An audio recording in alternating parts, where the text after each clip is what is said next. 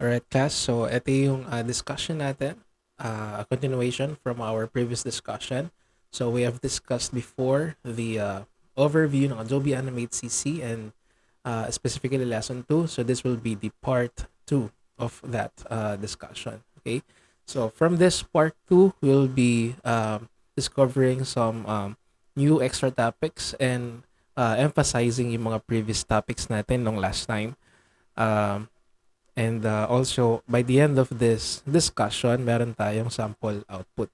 Okay? So, from here, I have discussed yung Adobe Animate CC nung last time sa lesson 2 natin last week. So, we have discussed the origin and history of Adobe Animate CC, that it was from Macromedia Flash before, and then acquired siya ng Adobe, ng mismong Adobe company. So, tinawag siyang Adobe Flash, nirebrand siya sa Adobe Flash, and then it was rebranded as Adobe Animate CC later on with some additional added more features. Okay. All right. So in this topic na di-discuss natin, so really i-emphasize lang natin yung mga na-discuss na natin before, specifically yung mga actions. So na-discuss na natin before yung mga to. Even yung mga other tools like that, yung mga panels, workspaces, yan, on how to create, open, and save your file. Tapos, also on the setting up the stage, everything basics about Adobe Animate CC, of course, the useful shortcuts na nagamit natin and magagamit natin throughout this semester, specifically. So, yung mga shortcuts niyan, gagamitin talaga natin. And then, we have discussed the difference ng strokes and fills. Like this, yung mga strokes pwedeng ma-create using pencil tool, line tool, or even other shape tools. And then fill colors naman can be created by like brush tool and other shape tools, etc. Okay, so we have identified those two strokes and fills. And then we have also tried to make some sample drawing, sample output hanggang nakarating tayo dito sa may paint bucket tool and also ink bottle tool, like that. So that is from last week. Just a quick recap. And our sample output was this drawing na in-apply natin yung mga basic shapes, basic techniques on how to create even just this basic drawing. Na-apply natin yung mga drawing tools, na-apply natin yung grouping and arranging of objects to create something like this. So from this part 2, di-discuss natin yung continuation.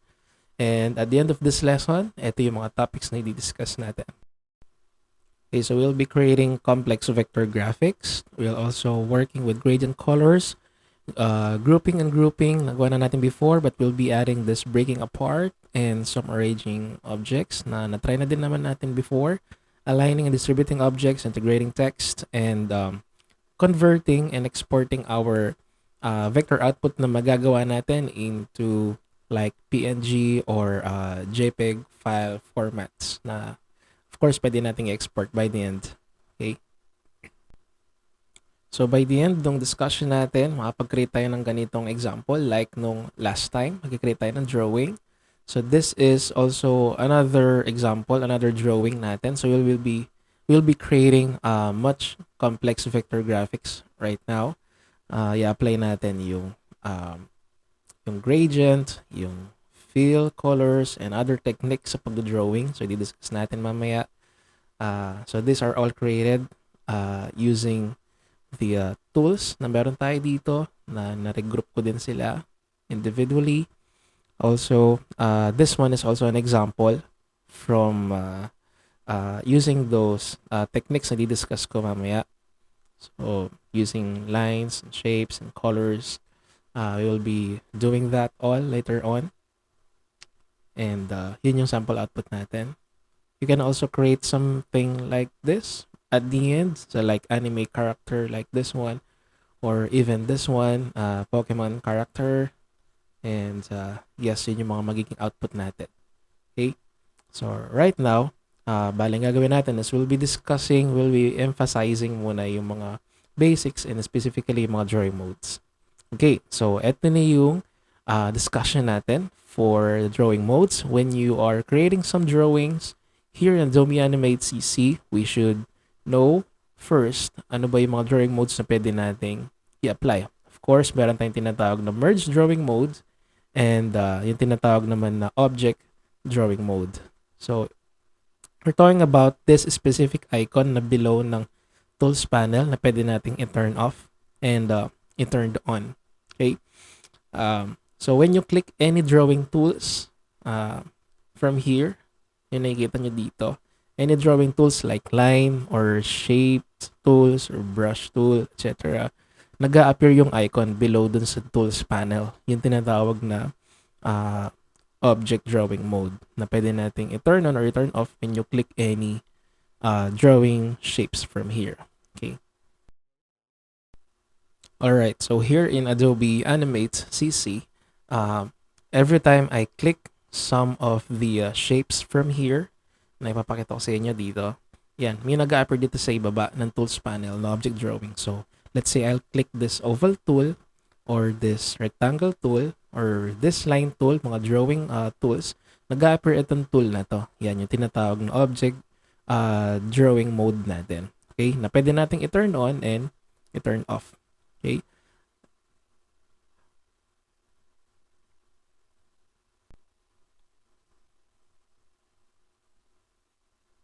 Okay, so first off, meron tayong tinatawag na merge drawing mode na nagiging merge drawing by default yung mode natin kapag naka-turn off siya. As you can see, wala siyang dark area dito. As in by default, hindi natin siya kinlik, hindi natin siya tinurn on.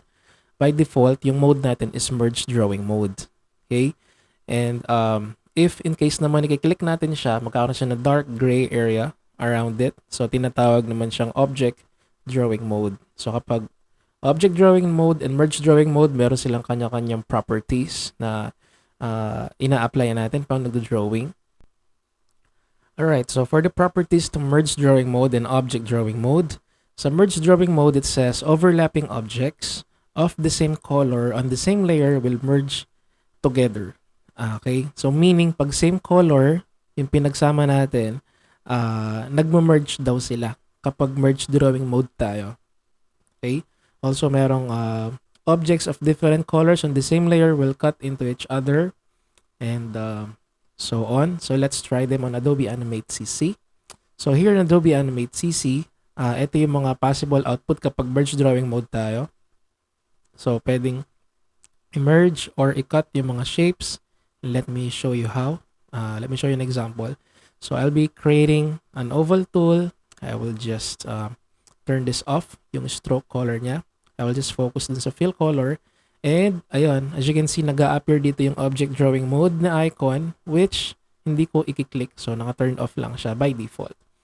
Now, I have created two objects with the same color. So, let's see this first description dito. Pag same color daw, using my selection tool, when I move it over here, tapos let's see, mag-click ako sa labas to confirm yung pag-move ko doon. When I drag again this object, yung circle na to, you'll see that they merge into each other.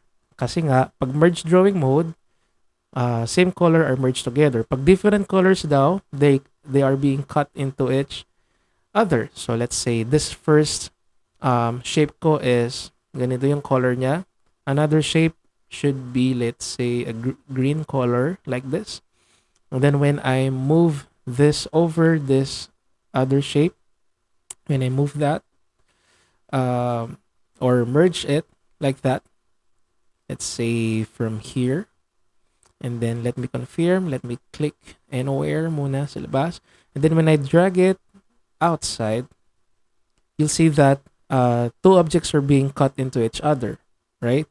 So because they are in different colors, as stated here on our second description. Also, it says strokes and fills are separate objects, and strokes can be used to slice fills. So these are all properties ng merge drawing mode. Okay? So let's try again another example. So let's fulfill yung strokes and fills are separate objects. Let's see. Okay. So I will create another shape. Let's say a rectangle. I will add a stroke now.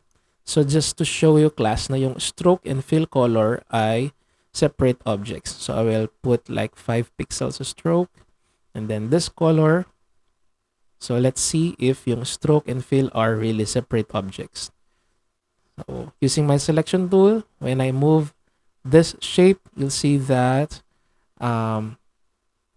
yep, yung stroke is naiiwan siya because stroke and fills are separate objects. So really in merge drawing mode, stroke and fill colors are separate objects. Okay. Now, how about this? Strokes can be used to slice fills. Okay. So, how about that? Yung mga strokes daw, pwedeng gamitin natin to slice some fills. So, like here, meron akong mga fills. I'll be using this line tool. And then, let me use this black line to cut some things here. I mean, to put over some lines here.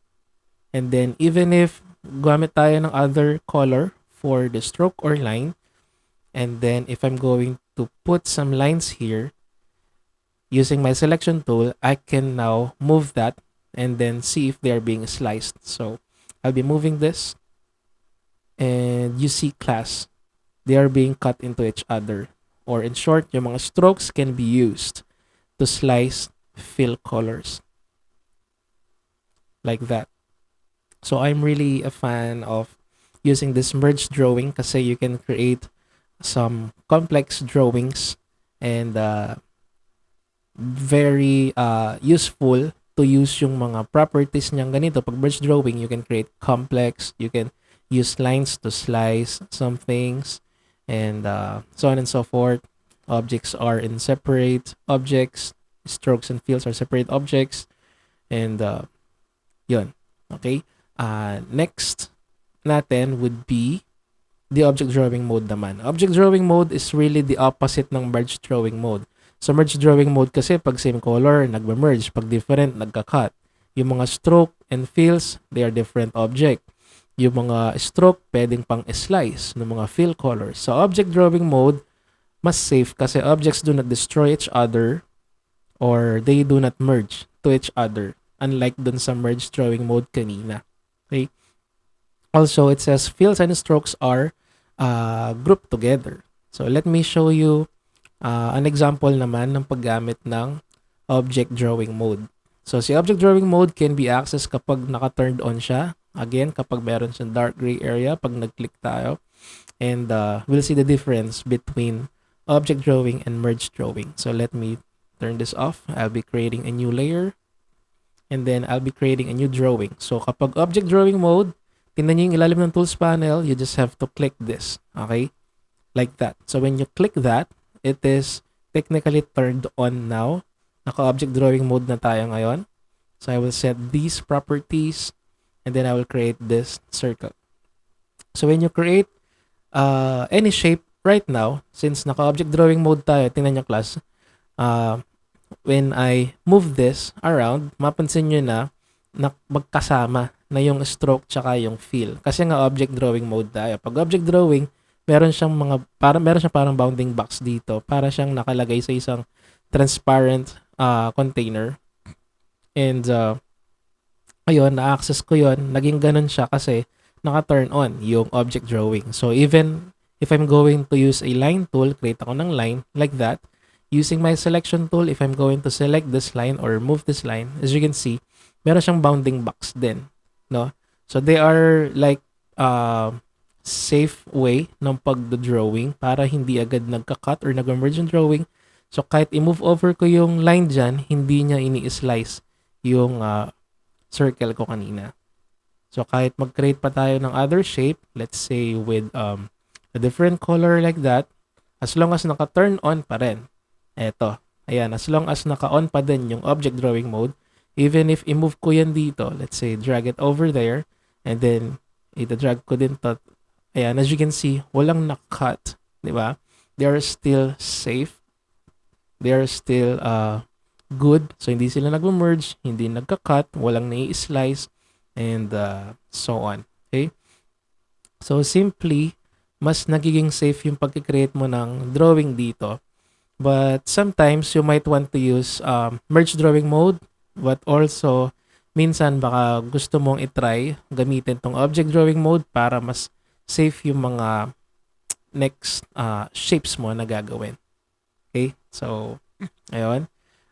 Just remember, sa ilalim ng Tools panel, pwedeng i-access yon every time you click Drawing Tool, pwedeng i-turn on and i-turn off yung Object Drawing Mode doon to access Merge Drawing Mode, to have output like that sa Merge Drawing or Object Drawing Mode if you want na protected yung output natin. So, tandaan nyo lagi, Merge Drawing Mode, nai-slice agad yung mga objects. Okay? Dadaan yung stroke, other colors. Pag Object Drawing Mode, safe yung mga drawings mo. Hindi agad nagka-cut or nagma-merge. Yun nga lang, I'm a fan of merge drawing mode then kasi I can create complex drawing. So, alright, so next natin is, aside from this, is yung tinatawag na break apart. This is an additional command that we can use na pag in-apply natin, it actually converts objects into an ungroup state or merge drawing mode. Okay? So, minsan may mga naka-group objects ka and then you want to turn them back into merge drawing mode para let's say gusto mo naka-cut ulit yung mga shape, yung mga lines or yung mga strokes, etc. So you can use this action, yung Control B or yung break apart na tinatawag. Though meron namang group tsaka meron ding ungroup, pero kapag may nag-group ka ng objects, aside from ungroup, you can also use this as an alternative, yung break apart. Okay? So let me show you an example sa Adobe Animate CC kung paano gamitin si break apart. Okay? So let's proceed with Adobe Animate CC. And then from here, I will be creating a drawing. So create muna ako ng layer. Ayan. And then I'll be creating a drawing. I'll set this properties. Let's say this color. And then this color of the stroke. I will let just object drawing mode na naka-turn off lang. Or rather, turned on natin. And then, from here, you see that it has a bounding box kasi naka-turned on, di ba? Yung object drawing mode. Ayan. So, para siyang naka-group, para siya nakalagay sa isang container, invisible container. Now, I will create another shape, pero ito turn off ko yung object drawing. And then, I will set this colors or these properties like that. All right. And another set of colors or ganito na lang. All right. Another shapes. Yan. So, yung kinikreate ko na to, naka-merge drawing mode ako. And you see, ayan, naka-merge drawing mode siya. So, ang gagawin ko ngayon, for each object, i-group ko naman sila individually. So, I will select each shape using my selection tool. Ayan, ganyan kasi siya ngayon pag merge drawing mode. So, I will use my selection tool. Tapos, kapag mina-move natin, ayan, naka-merge drawing mode talaga tayo, no? Just to show you the example here. So, okay, continue tayo. I will select now. Alright, so select natin to. And then I'll go to modify from here sa menu natin. And then you'll see here, meron tayong tinatawag na group or Control G as the shortcut. So Control G, I will select this. And then Control G, select. Tapos Control G, select ko pati mga lines like that. Yung selection tool, Control G, select, Control G, select, Control G, or group. Ayan. So, naka-group na sila individually, right? Now, since naka-group na sila, pwede ko rin silang i-ungroup, of course, later on. So, let me just move this objects like that. And then I can Actually, select all of them.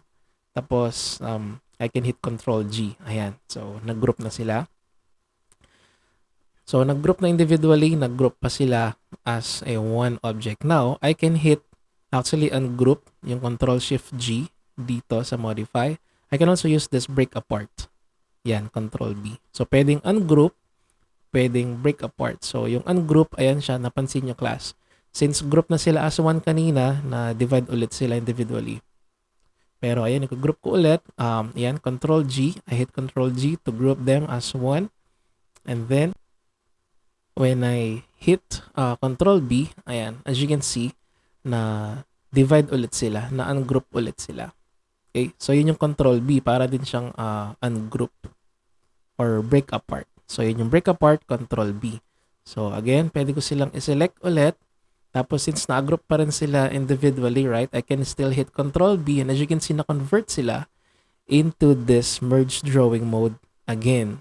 So, napansin yung mga dotted lines kanina, no? So, when I drag this over, you'll see that since naka-merge drawing mode, nakakat na ulit yung mga shapes natin. So, ito naman, itong circle na to, naka-create sa object drawing mode when I hit Control B like that. So, it is now converted into a merge drawing mode then. Ayan. So, as you can see, yan. Useful gamitin si break apart if you want to create or if you want to apply that technique. So, next natin will be this one, yung bending strokes naman.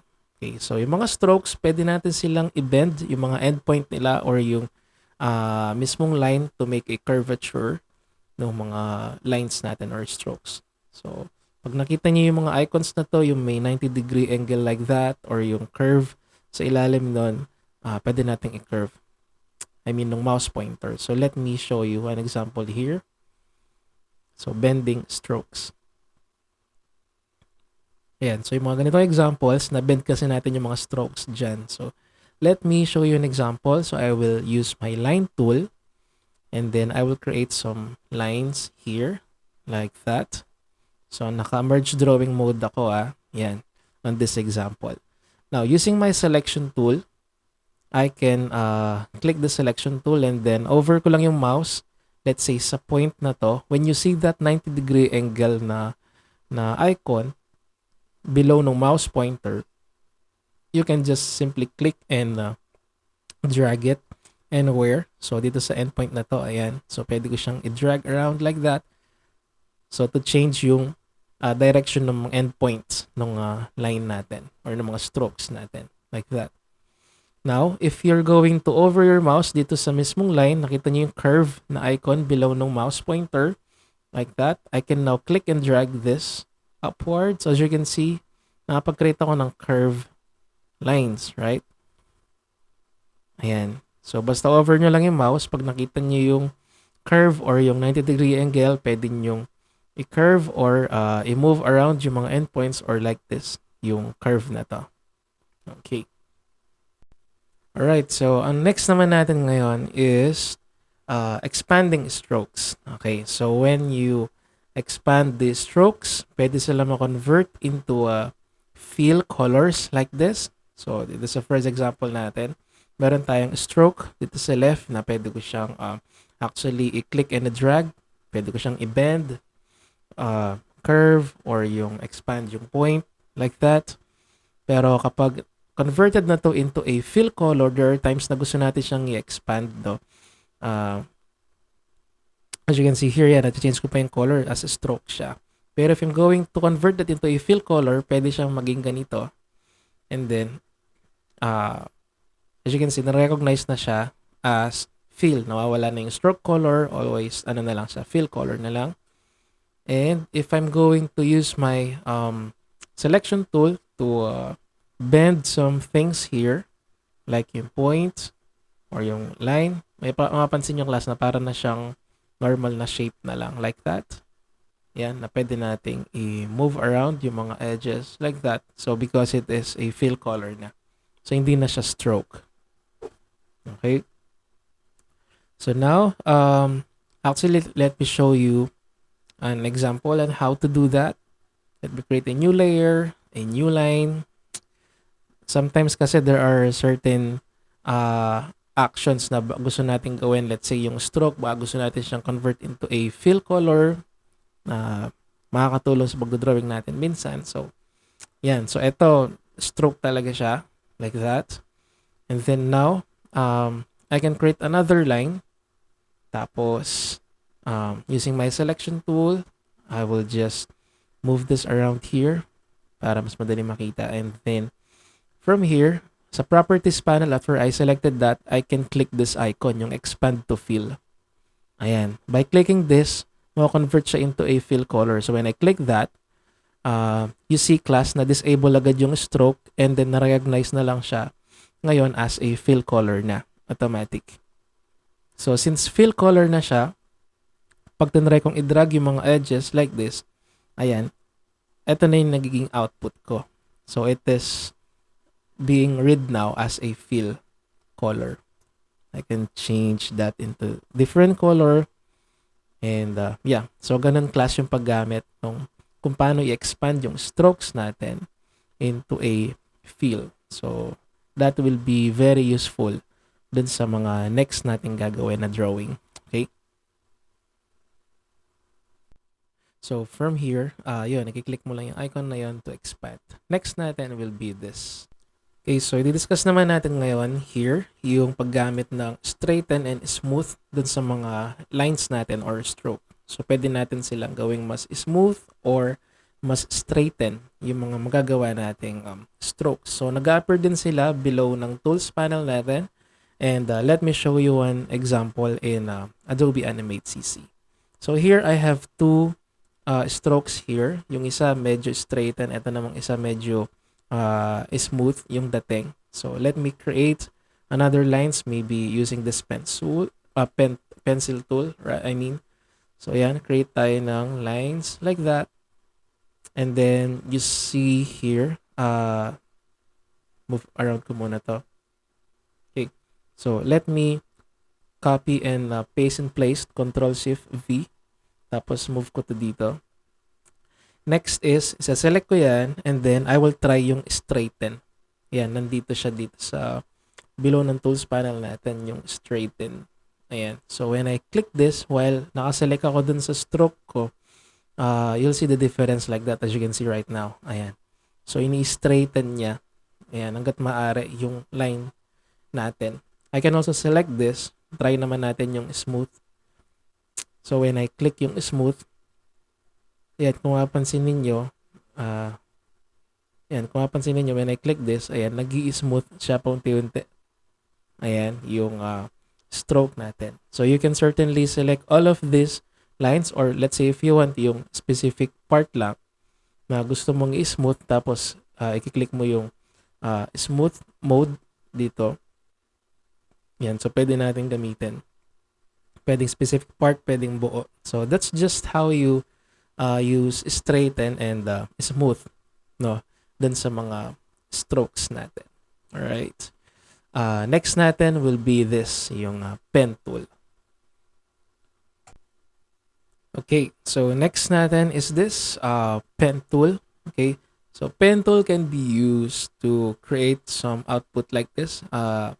We can use pen tool to create continuous lines. Okay, and then aside from line tool na puro straight lang yung nakikreate, one line lang, using pen tool, pwede tayo mapag-create ng continuous lines like this. Ayan, just by clicking some points, nakapag-create ako ng continuous line. Pwedeng ganito, continuous na straight lines. Alright, yung pwede natin ma-create. We can also create this, continuous curve lines, or we can also create mixed ng straight line and curve lines. Okay, so let me show you an example on how to use pen tool. Alright, so sa pen tool natin, we can click this. Ayan, at sa tools panel natin yan, sa pen tool. I can set the stroke size, and then I can start making some lines. So by just simply click on the stage, pag nag-click tayo dun sa stage, let's say from here, mapansin nyo merong point na na-create, no? Nag-click ako sa stage, and then when I click another point anywhere, or anchor point, ayan, magkakaroon ng continuous na line from anchor point 1 to anchor point 2.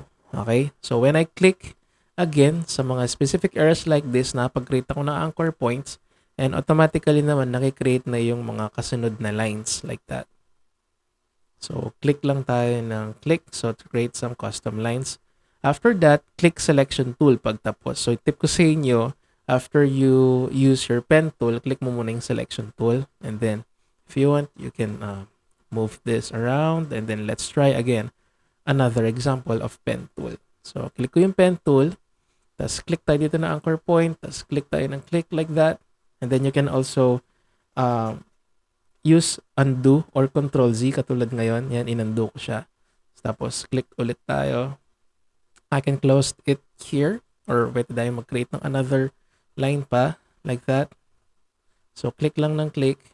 Tapos, I can actually move over dun sa origin ng point, origin ng anchor point natin to close this shape. So, pwede akong mag-click dito on this part.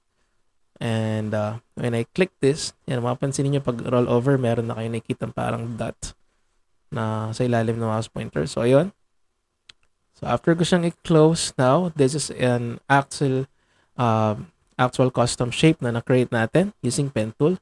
I can now use my paint bucket tool, gaya na discussion natin before, that can be used to add some colors dun sa mga custom shapes. And then when I click here, you'll notice na nagkaroon na siya ng fill color inside. Right? So, ayun. We can certainly use this pen tool, ayan, to create specific shapes like that. Pwede nating i-close yung line, pwedeng hindi. So, let me show you another example then.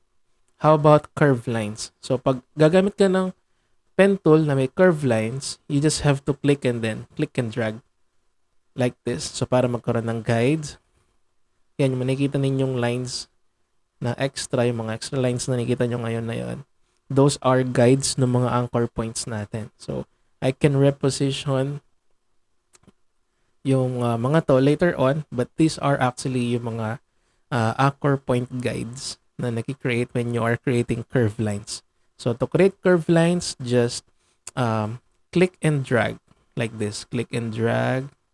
And as you can see, ayan. So, merong curve to. Meron siyang guide and then it followed that guide para continuously mag-create itong curve na to. Now, nung nag-create ako ng curve, meron din siyang guide. Ito yun, yung guide na yan. So, whenever I click anywhere, ayan, yung next line ko, ipa-follow niya yung guide na to. Ayan, ipa-follow niya yung guide na yan, papunta dun sa next point ko. So, let's say, mag-click and drag ako doon. As you can see, na-create yung curve. So, paunti-unti, finalo niya yung guide na yon and then continuously papunta dun sa new anchor point ko. So, to create curved lines, click and drag lang. Pag straight line, click lang. Basta click lang ng mga points. Alright? So, ito yung way on how you can create curved lines. Now, we can certainly modify yung mga guides na to by holding control. So, katulad ginagawa ko ngayon, hinold ko yung control, tapos, kinlik ko yung point na yon to move around that edge. So, hold ko yung control and then move ko naman yung guide, pwede rin. Ayan. Hold mo yung control, tapos move natin yung guide na to. Ayan. So, while you are using pen tool, basta naka-hold ka sa control ngayon, like yung ginagawa ko ngayon, hold control, na-move ko yung mga guides. So, as you can see, nag-update din yung curve line natin dito. Ayan. So, hold mo yung control. Ayan. Now, what if gusto ko mag-create ng, let's say, straight line, mamaya, after ko mag-create ng curve, pwede rin natin gawin yan, of course. But for this example, yan, that's just how you create curve line. So, create ako nung may mix naman. Nung may mix ng straight, like this. Click lang and click para mapag-create ng straight line. Ayan, click, click. Pero, what if gusto ko mag-create ng curve from here? So, i-click ko yung point na yon, click and drag, like that. And then, click and drag again. Ayan, so to create some curve lines. Now, I can just create a straight line sana from that point. Ayan, from here, papunta dito. So, gusto ko ng straight line. Kaso, since merong guide, hindi yun mangyayari. As you can see, tinan nyo class, nagkaroon ng curve dito sa area na to. Kasi may guide pang ganito eh. Di ba? So, we should get rid of that guide para mapag-create tayo ng straight line from this point, from this area papunta sa ibaba. So, dapat mawala ito. Ayan, yung dapat mawala yung curve na yan. Dapat straight lang talaga from that point. So, ang gagawin ko dito is tatanggalin ko yung guides from here, yung line. So, kung kanina nag-hold ako ng control para makontrol ko yung guide, ngayon naman hold ko yung alt and then I can just simply click yung point na to. So, hold ko yung alt and then click. So, as you can see, nawala na yung guide natin dito. So, aside from holding alt, pwede mo ring itapat yung mouse, yung pen tool mo dun sa last point na na-create mo. Tapos may makita kang parang negative sign sa ilalim ng mouse pointer. And then you can just click dun sa point na yon para mawala yung guide. So, again, let's say ito yon. Tapat mo lang yung mouse pointer dito. Kahit wala kang i-hold anything. Tapos, pag nakita mo yung parang negative sign below nung mouse pointer mo, just click here. Wala kang i-hold anything Just click here. Like that. Ito. Yan. Hanggang sa mawala yung guide. Pag nawala na yung guide, you can now click anywhere so to create a straight line. So, ulit. Like that. So, tapat mo lang yung mouse pointer. Pwede natin tong i-move around by holding control. Pero if you want to remove that guide, just click lang. Like that. And then you can now create a new line. So, that's just how you control pen tool class, straight line, curve, or mix ng straight and curve line on this example. Okay, so next natin would be the brush tool. Though na-try na natin si brush tool before, but what I'm trying to emphasize here is yung tinatawag na brush mode na pwede nating magamit. Of course, like as you can see here on my two examples, meron siyang parang shading, no? So I can use brush tool to create something like that. So let's proceed with this example. So I will first click brush tool. Pwede ko rin i-click tong paint brush tool actually. Kasi itong paint brush tool para siyang pencil. So yung na-recognize si Adobe Animate kay paint brush tool is stroke. While yung brush tool is actually fill color siya. Alright? So on this, yung fill color, ito siya. Na nakikreate using my brush tool. Pwede ko i-adjust yung size like that, or I can control actually yung size ng brush tool ko by by clicking yung opening and closing bracket dito sa keyboard. As you can see, nag-increase yung size and nababawasan din yung size. Ayun, dahil yun sa opening and closing bracket dito sa keyboard. Shortcut yun. Okay? And now, dito sa brush tool, I can also click this, yung brush shape. Pwede ko rin i-click yung mga modes na to. Paint normal, paint fills. Or pwede rin dito sa ilalim ng tools panel, ma-access ko din yung mga paint modes na to. Like that. So by default, it should be paint normal.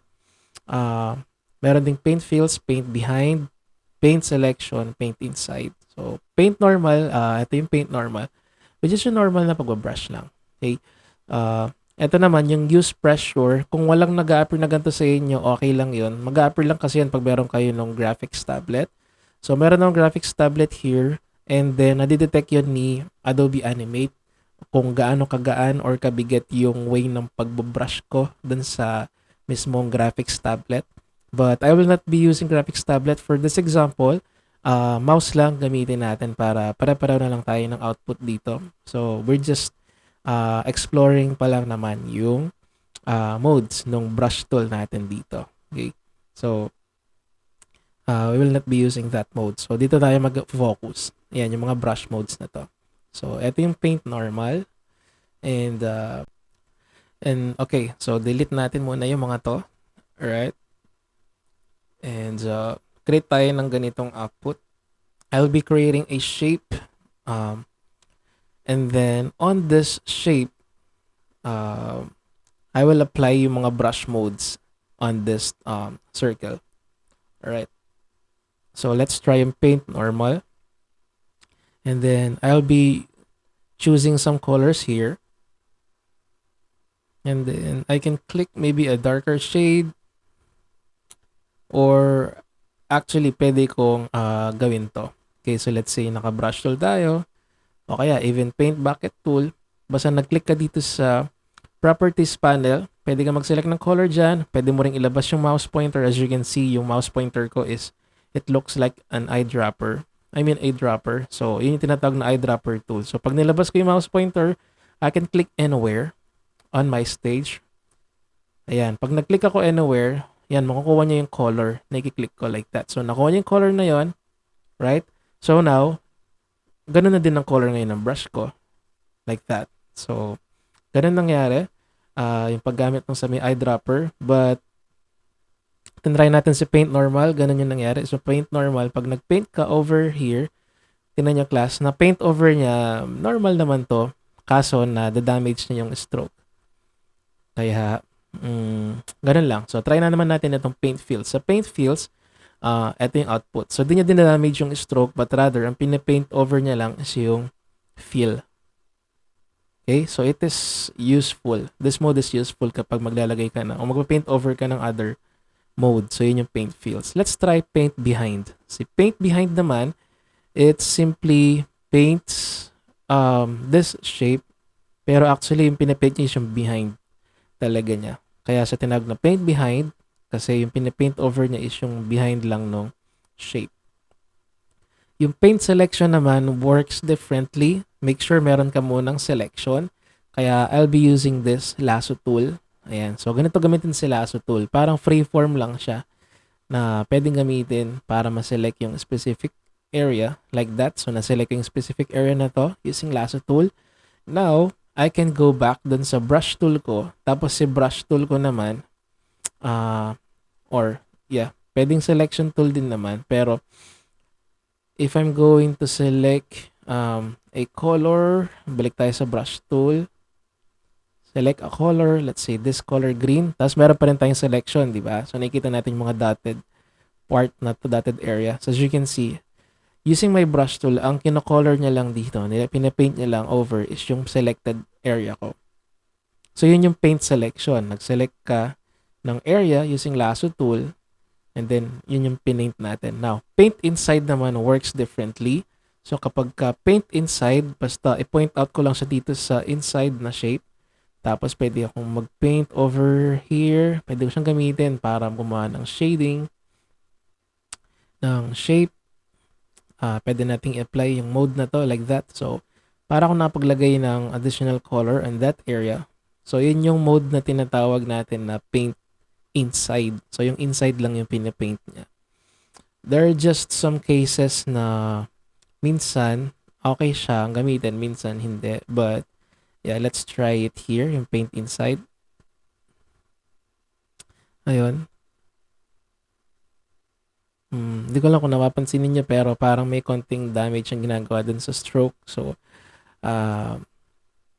pwedeng ito yung gamitin natin for shading ng shape. Pwede rin namang other way. So, let me show you an alternative way ng pag-shading naman. So, una, change ko muna yung color nito. So, I can click this area. Tapos, dito sa properties panel, I can move outside yung aking mouse pointer. Ayun. So, using eyedropper, na-change yung color niya.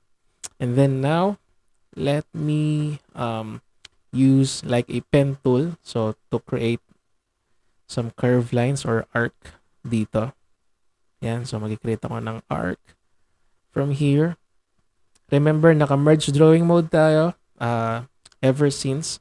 So, kapag properties ng merge drawing, pagka nag-come across yung stroke, diba, ini-slice na yung mga fills natin like here. So, una, i-try ko yung smooth. So, ayan. So, kiniklik yung smooth from here sa ibaba ng tools panel. So, para mag-smooth muna yung line ko doon. Okay. Now, as you can see, yung area na to is na-cut na siya kasi nga dumaan na yung stroke doon. So, di ko naman sa tatanggalin. Ang gagawin ko is i-click ko yon and then magsaselect ako dito ng different color. So, using my eyedropper or color from here, yung color picker niya. Yeah, pwede akong mag-select ng mas darker color actually. Like that. Click OK. And as you can see, nag-update na yon as long as selected siya kanina. Yon. And then, I will delete these strokes. Like this. As you can see, nakapag-create ako ng shading. And I like this technique much better. Okay, minsan pwede nyo gamitin yung brush modes, but I do recommend this style din, yung ka-create ko lang ngayon. Alright? So, ganun din yung example dito. Nag-come across ako ng stroke, tapos yun, change ko lang yung colors doon for shading. Okay, so next naman natin ngayon will be paint bucket tool. Though na-try na natin siya before, but i-emphasize ko dito class yung tinatawag na gaps or yung paint bucket tool na gap modes. Meron kasing mga gaps minsan, no, kapag mag-drawing tayo. Though si paint bucket, pwede natin siyang gamitin to change colors yung mga drawings natin. There are just certain points na minsan baka makapag-create tayo ng drawing, tapos let's say using paint bucket tool, select ka ng color, tapos let's say meron ka na ng drawing. If you want to try to paint over, let's say yung drawing ko dito, pag nag-click ako dyan, wala tayong mapapansin na color. Ayan, kahit nag-click ako dyan, hindi niya nilalagay ng color yung shape ko. The reason is, minsan baka sobrang kapal nung stroke natin, pero di natin napapansin. But the real problem could be that baka merong gaps din sa na-drawing natin, sa mga lines natin or strokes. So kaya kapag nagpe-paint over ka inside, is hindi siya naglalagay ng fill color. Okay? So, if I'm going to zoom this in, yan, titingnan niyo class, mapapansin niyo na meron siyang gap. Meron siyang maliit na gap. Minsan, ayun, pag may nakitang gap, yung ano natin, paint bucket tool, tapos nagko-color ka, hindi nire-recognize yun ni Adobe Animate na lagyan ng paint inside. So, the solution would be here. Using my selection tool, dinadrag ko na lang yung edges, katulad discussion natin kanina, yung endpoint. Pwede ko siyang i-drag para i-close yung mga gaps na to. But just in case lang na meron kang drawing na let's say meron siyang gap na ayaw mo nang i-move yung mga endpoints using your selection tool, and then if magpe-paint ka tapos hindi pa rin lalagay ng paint color, then you can try this. So, click mo tong paint bucket tool, tapos dito sa ibaba ng tools panel, meron ditong gap size na options. So, by default, pag nag-click ka dyan, may naka-appear dito na don't close gaps. So, ibig sabihin, kapag may gaps daw, hindi niya ipe-paint. Okay? Hindi niya lalagyan ng paint color. Pero you can try this close small gaps. Ibig sabihin, pag may small gaps daw, pwede na niyang i-recognize. Tapos, ipe-paint, lalagyan niya ng paint color. So, let's try that. Close small gaps. Pag nag-click ako, still, wala pa din. Hindi pa rin niya nilalagay ng paint color. So, let's try the other options here. I will try close large gaps. So, yan. Mamaya, ayun. Ayaw pa rin niya. So, kahit sinelect ko yung close large gaps, ayaw pa rin niya lagyan ng color. Sometimes it works, sometimes hindi. Kasi possible na yung gap ko dito ay talagang sobrang possible na sobrang laki ng gap. So, I'll be using selection tool na lang to drag or to bend that endpoint to close it. And then using my paint bucket tool, I can now click here. So, as you can see, ayan, I can click here to have this color. So, that would be the much advisable way para sa akin na hanggat maaari, dapat wala na lang tayong gaps para mas madaling mag-paint. And ayun, na-try naman natin yung eyedropper kanina. So parang ganito lang din, no? So let's say meron kang meron kang shape, mag-drawing ka ng shape, for example. Tapos let's say using this shape, gusto kong baguhin yung color niya. Let's say something green like that. So I can click this paint bucket tool. I will click this fill color. Pag nilabas ko yung mouse pointer, di ba? Sabi ko nga sa inyo kanina, pwede kong ilabas, nagiging eyedropper siya, Tapos when you click, let's say, wait lang. So click natin yan. When you click here, like that, so nakopy na niya yung green. So when I click on this shape now, ipapaint over na niya yung kinopy kong color, which is green. Pwede rin ganito. Let's say, pwede kong kunin tong orange color, and then I can use yun nga, paint bucket tool to click here kasi nakopy na yung orange. So naging orange na yung circle natin. Next thing natin will be, let's say, isa-select ko naman yung area na to using selection tool. Ayan, so using selection tool, again, i-click ko yung orange na yon. Tapos using my properties panel, I can certainly choose any color from here or there's a color picker. So aside from using eyedropper, with paint bucket tool, pwedeng selection tool, click mo yung area, tapos ayun. While selected yung area, you can click anywhere, any color, and then magkakaroon siya ng same color like that. So ganun yung sa eyedropper natin. Next natin will be here, yung gradient color naman. And kung saan, pag sinabi natin gradient color, we're talking about the blending of two or more colors. And technically, meron tayong two types ng colors, gradient colors na pwedeng identify. May tinatawag na linear type, which is this one.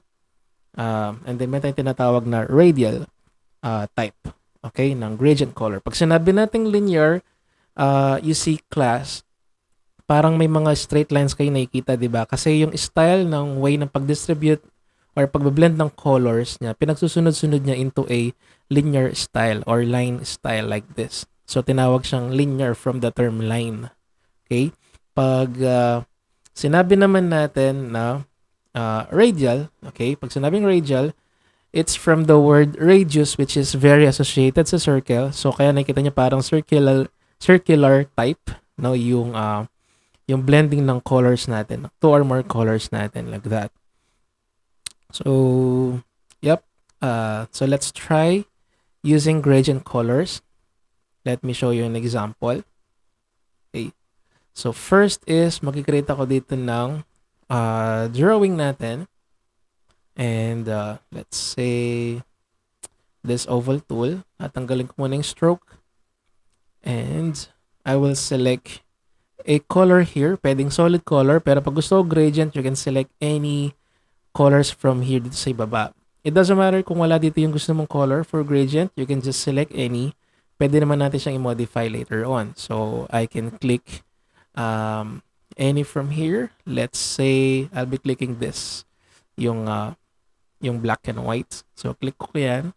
And then, I can now create a drawing here. Mapansin niyo na meron na siyang gradient.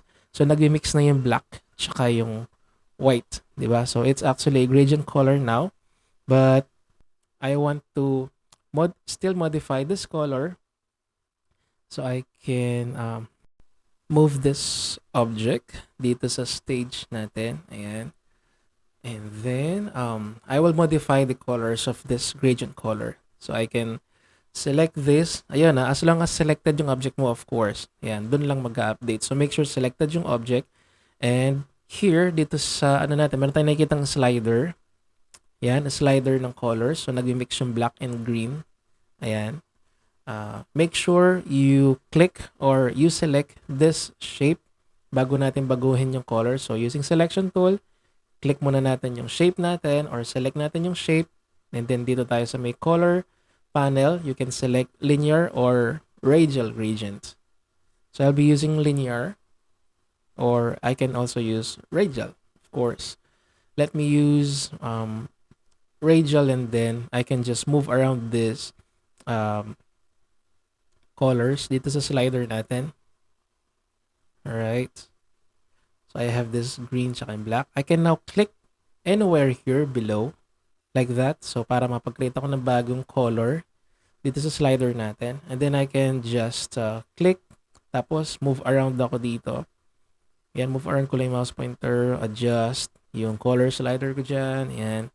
So, to change the color of my newly added color. I can also double-click that.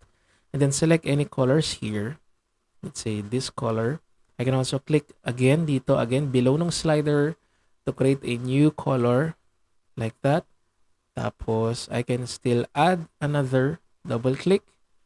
Tapos, select ako ng other color or dito sa parang color picker niya. I will select a different color from here. Click OK. And then, if you want to remove other colors, let's say nasobrahan, let's say yung black, tanggalin natin, just click and drag lang palabas ng slider. Alright? So, you just have to drag that outside. And now, you have the shape with this gradient color. So, that's simple. Okay? Next is, pwede ako mag-create ng another shape. Let's say from here, rectangle naman. And as you can see, automatic, ganun na yung color niya. Kung ano yung recent gradient color ko. And from here, I will select this para mabago yung color niya. But before I change this color, I can save my recent gradient color na ginawa ko earlier. So I will save my gradient color to my swatches. So to do that, I can just simply click this, add to swatches. So when I click that, you'll see here in my swatches panel, andito na yung gradient color. So even if I change this into other color, I can always just select this object and then go back dun sa previously created gradient color kanina by clicking this swatch. So it's very useful to save your swatches for later use. So right now, I will be changing this color. I'll be adding additional colors. Select some colors here. And then like this one. Yeah, so I'm trying to imagine a sunset style of gradient color with these color palettes that I'm thinking. So let me add this colors and maybe some a little bit of darker side of that. All right, and let me change it into a linear gradient. And after that, after some adjustments from here, it would be good if I'm going to add that to swatches. So click add to swatches, and then I can have now here my newly created gradient color. Now, what if I would like to create a background, a sunset background like this? So I have this made already, but how did I created this background? I just simply created a gradient. So let me show you how. I will create again a shape on this layer. So we have discussed already before how layer works. I just click this new layer, and then from this layer I will create the background.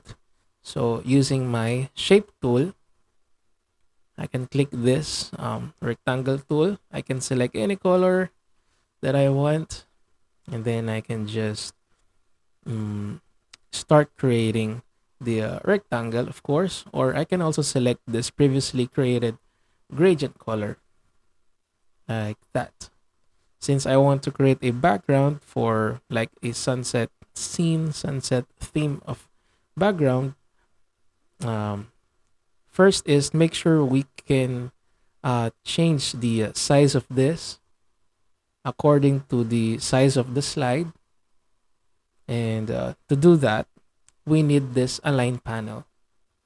Yeah, we need to align this shape using align panel. If you don't see the align panel, you can go to window and then just make sure check this align panel. You can see there are checked items here. Those are my panels now already available.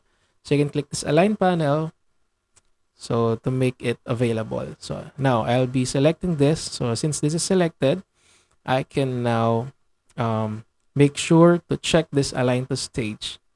All right, so make sure that is checked. I can click this match size, match width, or match height to match the size of the stage. But I can click this match width and height to automatically align the size of my shape into the size of my stage. All right, so meaning the size of my stage is equal to the size of my shape now. This is only possible pag nakaklik na yung align to stage.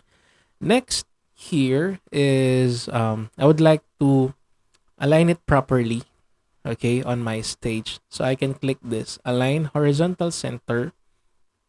So as you can see, it is now aligned horizontally, and then I can click this align vertical center. So now our shape is perfectly and aligned on our stage. Next is I would like to rearrange my sunset color, where the yellowish part should be on the bottom, and then the purple color should be on the upper part portion. So I can use this free transform tool, of course, and then I can just rotate this shape. But doing that would ruin my alignment settings earlier, so I will not do that. Aside from using free transform tool, we can just use another tool. This is the the gradient transform tool. Just hold this or long press on here, and then click nyo lang yung gradient transform tool. When you click this gradient transform tool, you can actually see some tools when you click this shape like that. So, ito yung mga handles na pwede nating magamit. Just go to let's go back on this PDF file that I have, where I discussed the gradient transform tool, and I also indicated here the parts of that gradient transform. There's this center point, width point, scale point, and rotation point. So we'll be using those handles, of course, to adjust our gradient color. Instead of transforming your actual shape, you can transform the actual gradient color instead. All right, so let's proceed to Adobe Animate. And then while I have my gradient transform tool, and then while I have this shape selected, all right, so again, I'll be clicking this gradient transform tool. I will click my shape, and then this is the center point that I talked about earlier. We can click and drag that, and as you can see, our object does not move outside our stage, right? So using gradient transform tool, it only affects the gradient color. So this is the width point, and then this is the rotation point of the gradient transform. So I can just rotate it just right, something like that, and then adjust using the width point, using the center point, until I get my desired result, okay, for this gradient color. So class, that's just how you use your gradient transform tool on this example, okay? So all right, so after that, let's proceed. The next one will be about grouping, but we have already discussed grouping right earlier, including the ungroup, break apart, arrange, like last week. Now let's proceed with text tool. So this will be the last part of this PDF. So using text tool can be used, of course, to add some text in your project. So I'll be creating a new layer, and then from here, you can click this icon, text tool. You might want to set it into static text because there are types like dynamic and input text that we can use later on pag meron na tayong scripting. So I'll be using static text for now. I will choose any color like this color. I can change the style, the font, family, and other formatting, and then I can now click on my stage. I can now type anything here. Let's say animate. Then I can just use my selection tool, and I can select this text tool now. I can move it around. I can use my properties panel to adjust the size of my text like that. I can also let's say move it, or let's try to resize it using free transform tool. Click this, and then by holding shift, you can click and drag this point to uniformly resize your text. And also we can use the control B or break apart that we have discussed earlier, like this one. Yes, we can do break apart in our text. And kung napansin ninyo, class, each of my letters are now divided when I hit Control B, right? But when I hit Control B the second time on this text, you'll see that this text can now be modified like a fill color because it is converted into a fill color now, or fill shape. And as you can see, this is now very creative way or flexible way on how to modify your text. So this is only possible when you hit Control B second time sa mga text natin. Alright, so that's just how you apply text, and of course convert it into a merge drawing shape using Control B or break apart. And by combining all of our topics that we have discussed so far or emphasized so far, so we can create some output like this. So these are all drawings that I created using Adobe Animate CC, and I will show you how to create some drawings like this later.